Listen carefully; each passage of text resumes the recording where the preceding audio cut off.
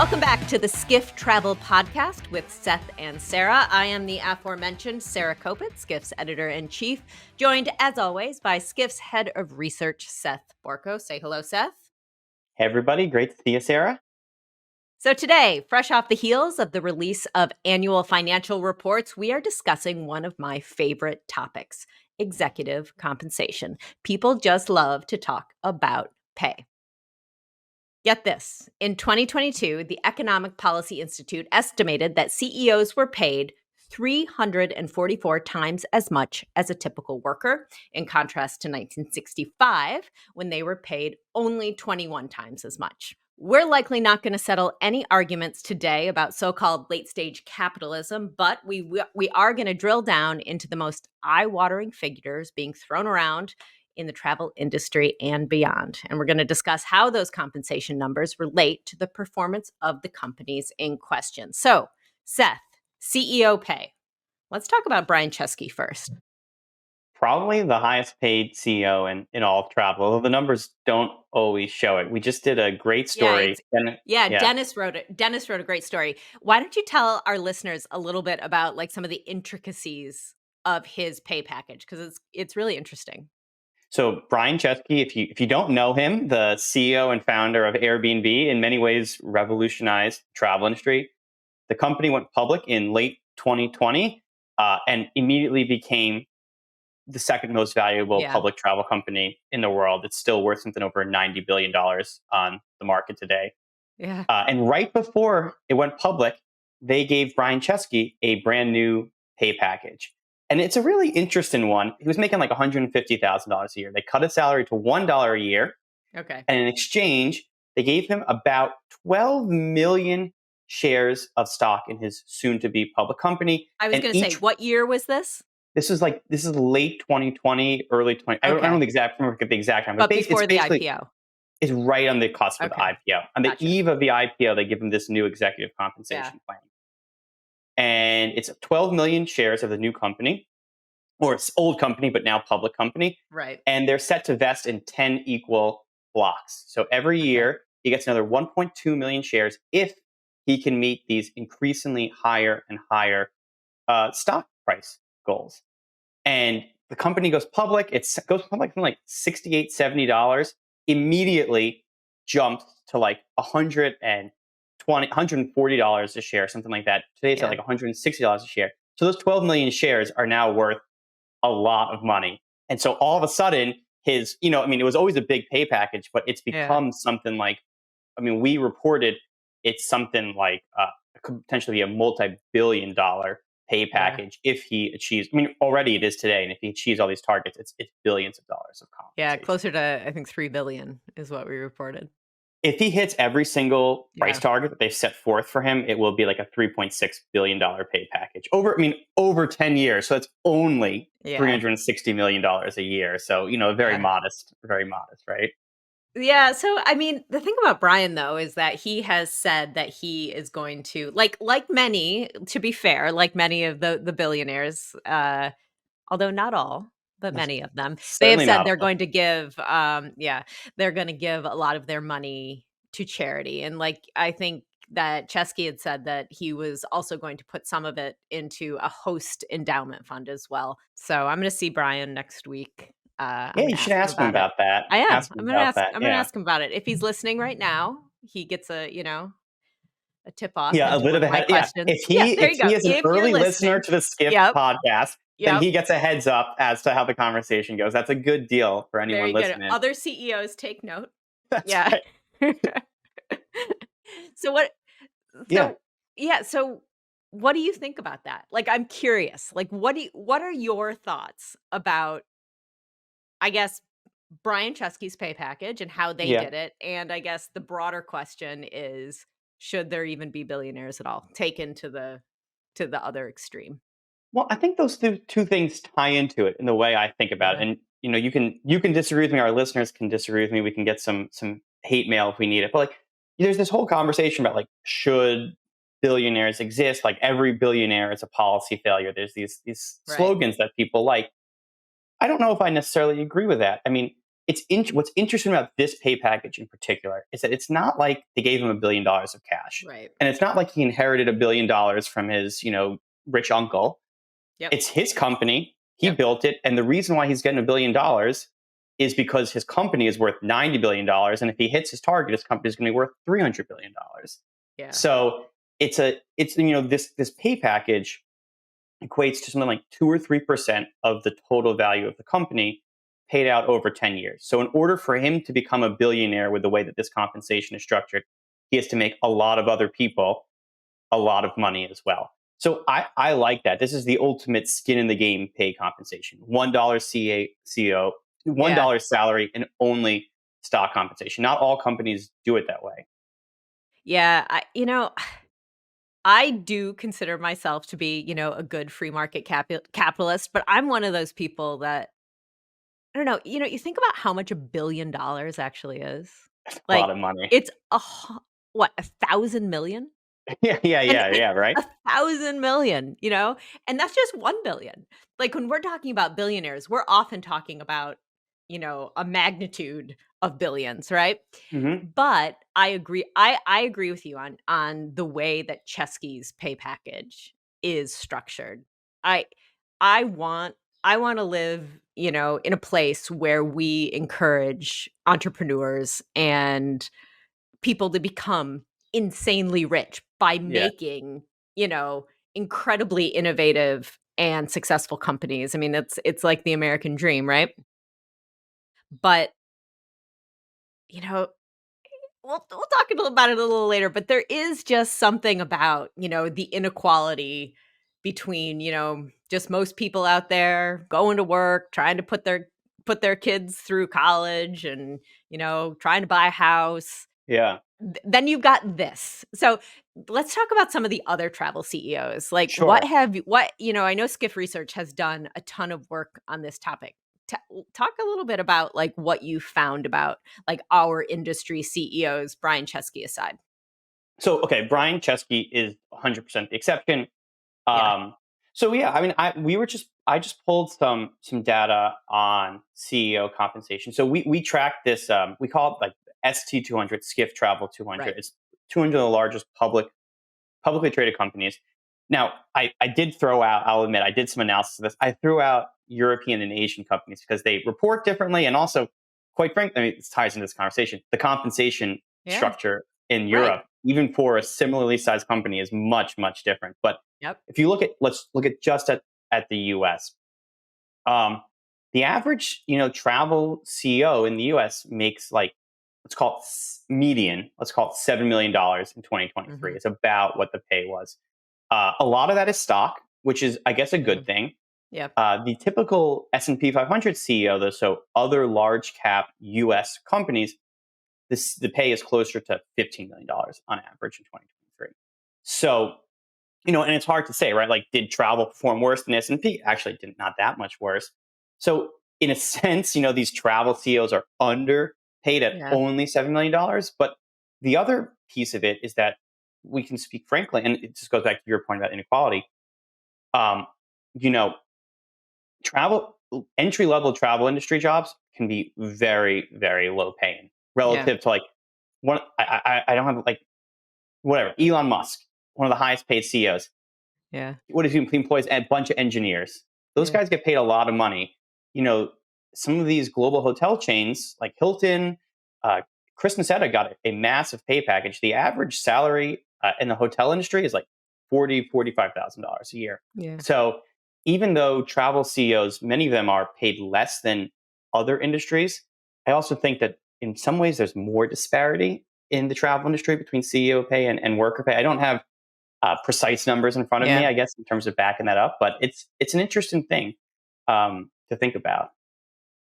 What Yeah, I and the European model, I mean, I don't know. We kind of all when we think about Europe, there's like a lot more of higher taxes. yeah, I don't know, do I want to use the S word? Like, I don't know if you would call a lot of them socialist governments, but socialism. Yeah, yeah, yeah. socialism. Want to make Talking sure to I've got the two, right S word. Yeah, yeah, yeah, exactly. Talking to two Americans here.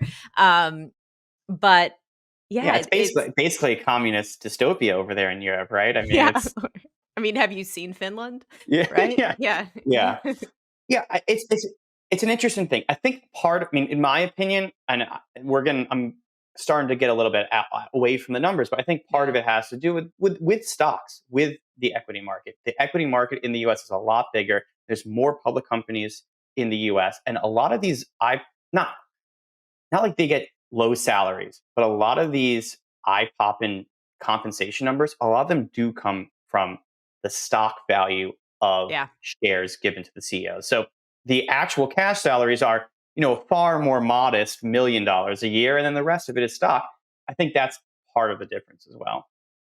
It's funny, I don't know, just digging around on social media the other day. Have you seen there was like a video, it talked about, Europeans, like, in a joking way, the Europeans' idea of what an American does every day, and, it's very funny, but, like, sometime around 3:30 in the afternoon, after eating popcorn for lunch and driving their truck and turning the air conditioning on and polishing their gun, um, they have an idea that, like, changes the course of human history, and then they put down their computer and go eat some more popcorn and ride a horse or something like that. But, like, it's true when I talk to my, like, especially my British friends, they always Yeah, talk about, "Oh, you Americans, you have this, like," it's like that very westward ho yeah, idea of optimism and ability to fail, and it's why we have all of these just yeah. Well, colossally successful companies, right? It's it's true. Well, the joke Yeah, is that we are like everyone's just a temporarily displaced millionaire in the United right. States, right? Like I'm Yeah. just waiting to be the CEO, and then some people do it, right? That's the Yes. thing is that Yeah. spirit means that, and Yeah. I guess that comes down inherently to an inequality thing. Like I mean, I can't know the exact number, but if you look at Yeah. every single person who's ever tried to start a business, the median pay, if you include every single one of those zeros and even negative numbers from all those people who lose their shirts, Right. maybe it's a bit of a trade. But then that one person who hits it big, Yep. it's almost like gambling, right? Like not it's not Yeah.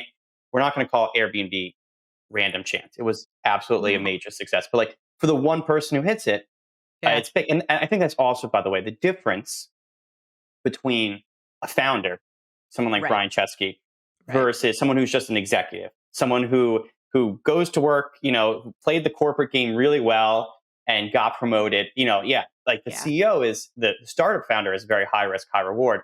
There's a different type of CEO who's like the corporate lifer who has just comes into the whatever those kind of folks. Yeah.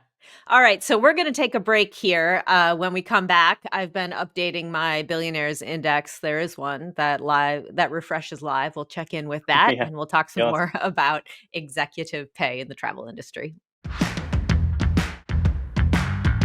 All right, welcome back to the Skiff Travel Podcast. I'm Sarah Kopit with Seth Borko, as always. So let's jump into the airlines now. Let's talk about airline pay. What do you got, Seth? yeah. I so we do these stories every year, looking at the pay. The one that is most interesting to me this year is Robert Isom. He's the new CEO of American Airlines. We did a story Yeah, on it on Skift, and he got paid he got a very generous compensation package this year, something like $31 million, and that is a 550% raise from how much he got paid last year. And he was promoted to CEO in 2022. So he got promoted to CEO, right. and they said, "Oh, great job, year one as CEO. Here's a 500% raise, $31 million at American Airlines, one of the highest paid travel executives." And what's interesting about that, and in general, Yeah, is that why did he get that huge raise? And it's right. because the government capped CEO. This comes back to this conversation. The Yeah, government capped CEO pay at the airlines during COVID. If you took CARES Act money, which was the bailout money, right. basically, Yep. you couldn't pay your CEO more than whatever the number. I'm not a lawyer, whatever the number was. Isom got promoted during that window. The window Yep. expired in 2023. And so they gave him an $11 million catch up bonus just to say, hey, sorry, you picked a bad time to get promoted to CEO. Sorry you missed out. Here's 11 million bucks. You're not going to get it again, but Yeah. enjoy. God bless. I mean, it's a lot of money. Did you get a catch up bonus anytime you got hit by I any bad didn't. time? I No, didn't you didn't. actually. No, I didn't. No. Yeah. No. So it's an interesting piece happening there, and it's upset some airline employees Ye too, Well, yeah, there's right? strikes going on, you know? Be Yeah, there's a lot of labor contracts being negotiated in Yeah. that space. There was some picketing, some striking, and Robert Isom is not a Brian Chesky. He's a smart CEO, and I'm not trying to Right. insult him to his face on this pot, or hopefully to his ears if he's listening, right? Yep, exactly. Um, but he's not a founder. He's not a Right. startup founder. He didn't Right. invent. He didn't found American Airlines. He got promoted to CEO, got a lot of money at a time when people are like, "Hold on, that's a 500% raise is a big. Even if you back out that bonus, it's a very big Yeah. number." So, it was kinda interesting though, like, taking, taking some of the airlines and, like, the really, really top, Hmm. CEO compensation off the table. The travel industry kind of has lower CEO salaries than maybe the typical Fortune 500 CEO. I mean, Yes. we've been looking at, a lot of the statements that are coming out right now. It's kinda like pay season for those of us Hmm. who like to delve into such thing. Hmm. And it's kind of stark. It's interesting that we are in an industry that has maybe lower paid CEOs. Yeah. I mean, why do you? I mean, do you have any guesses as to? I mean, do you have a reason for why you think that is, or I could brainstorm a little bit, but what do you? Yeah, well, when you look at the highest paid CEOs, right? I mean, it's just not it's in these kind of like super innovative Yeah, tech, it's in tech, it's in a lot of these kind of microchips, things like yeah, that. Yeah. exactly. It's like where you're on the hockey stick of innovation and, you're like riding it up. Where I think the travel industry is a bit, even though we like to talk a lot about the innovation that we do have within the space, and Brian Chesky is a great example of something where there really was that innovation. He Hmm. started an industry that didn't exist before Yeah. he started it, right? Yep. And so you can say that's one of the reasons why he has this extraordinarily large pay package in stock Hmm. in the company that he founded, in the industry that he started. So it's Yes. kind of hard to begrudge that, right? But for hotels and airlines, these are old, I would say older industries, more mature industries, I think is kind of how we Yeah, like they to are. talk And about it. by the Yeah. way, it's kind of interesting. I was looking at Isom's pay package for this Yeah. podcast. So we got that $31 million, about 11 million in catch up. Just a little bit of play money. The rest of it is, well, some of it's base, some of it's just long term stock stuff. I think that's part of it. By the way, is Yeah. that if you get paid a lot in stock and you're Google and your stock does really well, your CEO gets paid a lot. If you're an airline and you go out of business every 10 years, your stock doesn't tend to do as well. Right. Um, but I looked at this performance thing. So this is an interesting philosophy, kind of philosophical difference. Chesky is just stock. I don't really care how the company does. If the stock does well, you do well, and we'll assume if the stock's doing well that the company's doing well. Right. Isom and the airline CEOs, and even I looked at Chris Nassetta as well, the hotel CEOs, they have specific operational targets. So Robert Right. Isom gets paid 60% on net income, his bonuses, 60% net income, 30% actual operations, so that on time performance. They measure if the planes take off on time and if they get to where they're supposed to go. And he gets paid 10% on DEI initiatives if he succeeds at hitting DEI Mm. goals. So Chesky has, we were talking about Chesky, he has none of that. Isom, Right. his goal is like, oh, if your planes take off on time, then you get paid more. If you recruit more, people of color or women, then you get paid more. And Yeah. same thing, it reveals some interesting priorities where the tech startup guys, the priority is stock price. Maybe Yeah. for the airlines, the priority is on time performance. Niseta, he gets paid on RevPAR, so hotel Yep. revenue, and he gets paid on net unit growth.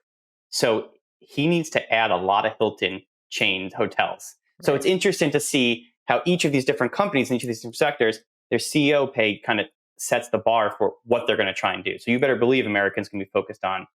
performance. Hilton's going to be, and we're seeing Hilton, by the way, add a ton of new brands. it's not a coincidence that that's what Noceda gets paid on.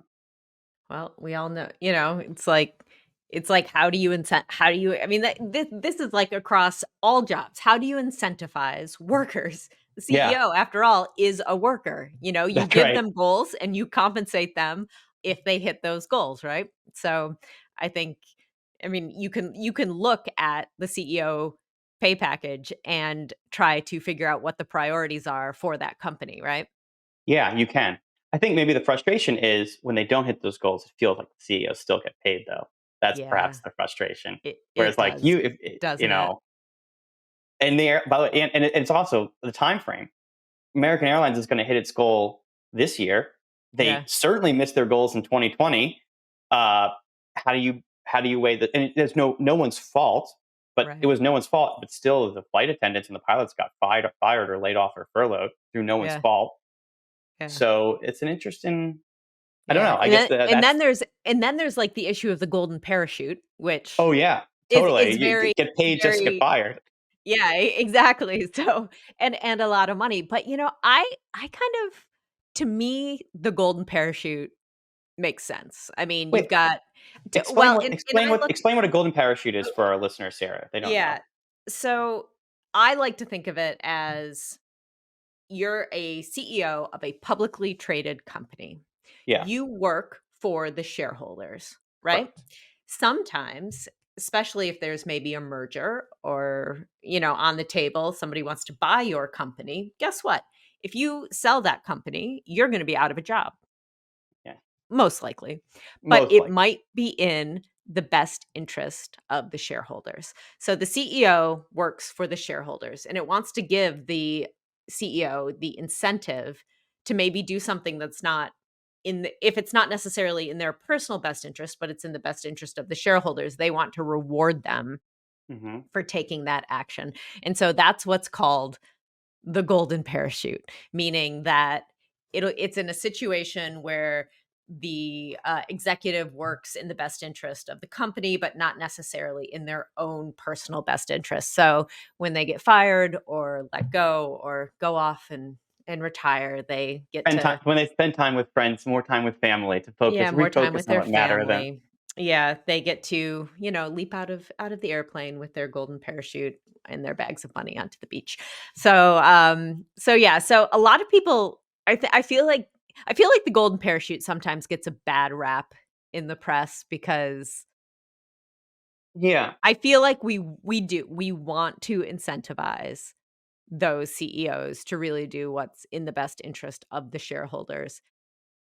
I think the I think where you get caught up is just the kind of eye-watering numbers of it. numbers that are attached to those to Yeah, and I those think and I think yeah, again it comes back to like the average worker being like, well, if I get fired, right, I don't get a gold. But although you do get a severance, and if there, I mean, there are certain scenarios where if you are winding down a division, they do right, in some cases do actual pay, line workers. Hey, if you can, we know this division is shutting down, but if you can hit these right. goals, you can get an extra Yeah, incentive bonus. But I think, yeah, well, it's one person spoils it for everyone, right? Like a good right. golden parachute, like well, on the top of the compensation list, like Twitter, Yeah. right? Like you want the former CEO of Twitter to be negotiating as hard as possible Yeah. against Elon Musk, even though Elon's first order of business is going to be to fire the guy, right? So As that's a as good he did.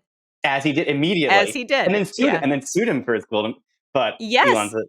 I mean, Elon's that's like a whole month's worth of podcasts just yeah. going over what happened over at Twitter, unfortunately, not in But the then travel then you industry, get the but bad guys, right? You get yeah. one person who spoils it for everyone. The other S word, I don't know if we're allowed to curse, but a not so nice CEO Yeah. who gets fired, and then it just feels like he's walking away with the company's money. And Yeah. so I think the key to all of these things, and I guess maybe even with like the billionaire conversation, for me, it's like the specifics matter. Like they Yeah. really do, in my opinion. Yeah, well, actually, I mean, we did kind of talk about it at the top, but do you think there should be billionaires? Do you think billionaires should be allowed to exist in our society? Yeah, I don't see what the Yeah. difference between a 999 millionaire and a billionaire, so to speak. Like I think if you Yeah, I don't see an arbitrary cap, right? Like I think if you make money and you build the only way to the real way people become billionaires, generally speaking, is by building businesses. Yeah. It's generally equity. If you can build great businesses that make you lots of money, I don't see the societal harm in that. I don't think that necessarily causes harm either. That's my opinion. What do you mean? Do you agree? I mean, you don't agree, or you do? I don't. Yeah. I mean, I'm kind of with you with the, like, it all depends, Yeah. but I'm kind of with Europe a little bit, like, I mean, I wanna have my cake and eat it too, right? Like, I wanna live in a society that encourages innovation and business building and everything that we do so well here in the United States, but at the same time, kind of takes care of the little guy a little bit more. Well, yeah, I don't necessarily see those things as at odds. Like, I Right. think that a lot of the critique against political pushback against billionaires is that it's about the inequality, and there's two Yeah. pieces to that. And it's like, well, this person's here, for our audio listeners, really high, and for Yeah. another person's really low, and it's the distance between them. I don't see why you. It's interesting that we say let's cap salaries and let's ban billionaires instead of there should be no everyone should make at least whatever. Yeah. You should raise the floor. You know what I mean? Universal Universe, income, you could, yeah, universally, yeah, exactly. yeah. And It's a false dichotomy. yeah, that's what What I would Yeah, say. That's yeah, what I would say. It's a false dichotomy, and it's a false dichotomy. And I also think a lot of it, again, it comes down to equity. Like yeah, you all at the jump at the very top, you started with that stat about the changes in pay in how that ratio has evolved over right. time. We've become more unequal. I'm curious how much of that is because of how much bigger stock markets we have now versus in the past. And I'm not sure that that's Well, a bad thing. You know what I mean? yeah. Well, there's also tax policy. I mean, Yeah. Yeah. Yeah. that Surprise. Did we say travel podcast? We meant tax policy podcast. Yeah. I mean, but yeah, that's a huge, exactly. Yeah. yeah, that's a huge piece of it. Like, why can't you make as much money as you want? But it's up to the government and also, yeah, we can talk. There's a huge amount to this, yeah, in terms of how the government taxes companies, taxes Yeah. individuals, that sort of So stuff. listeners, tell Listeners, us what you think. Send yeah, us an email. I'm at SEK@skift.com. Seth is I'm at at SB SB. at yeah, SB@skift.com. What do you think? Do you think there should be able to be billionaires? Do you think travel CEOs make too much money?